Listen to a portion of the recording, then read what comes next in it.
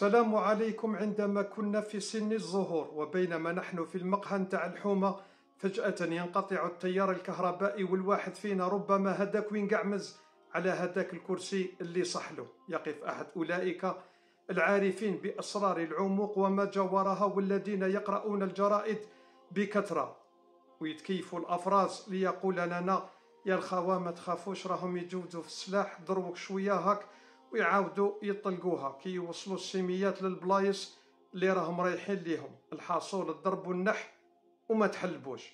ذلك العارف العموقي والذي عرفته من خلال صوته وفي ذلك الظلام الداكن كان السعدي وليد داد الشريف الدشطية، المختص عندنا في الهمز واللمز والهضرة الفارغة، والمشهور بتهجية الجمل الطويلة، حتى أنه كان يستعين بي عندما كنت في الابتدائي من أجل حل الكلمات المتقاطعة نتاع الجورنان ديالو اللي كان يشريه غير على جالها. سلام.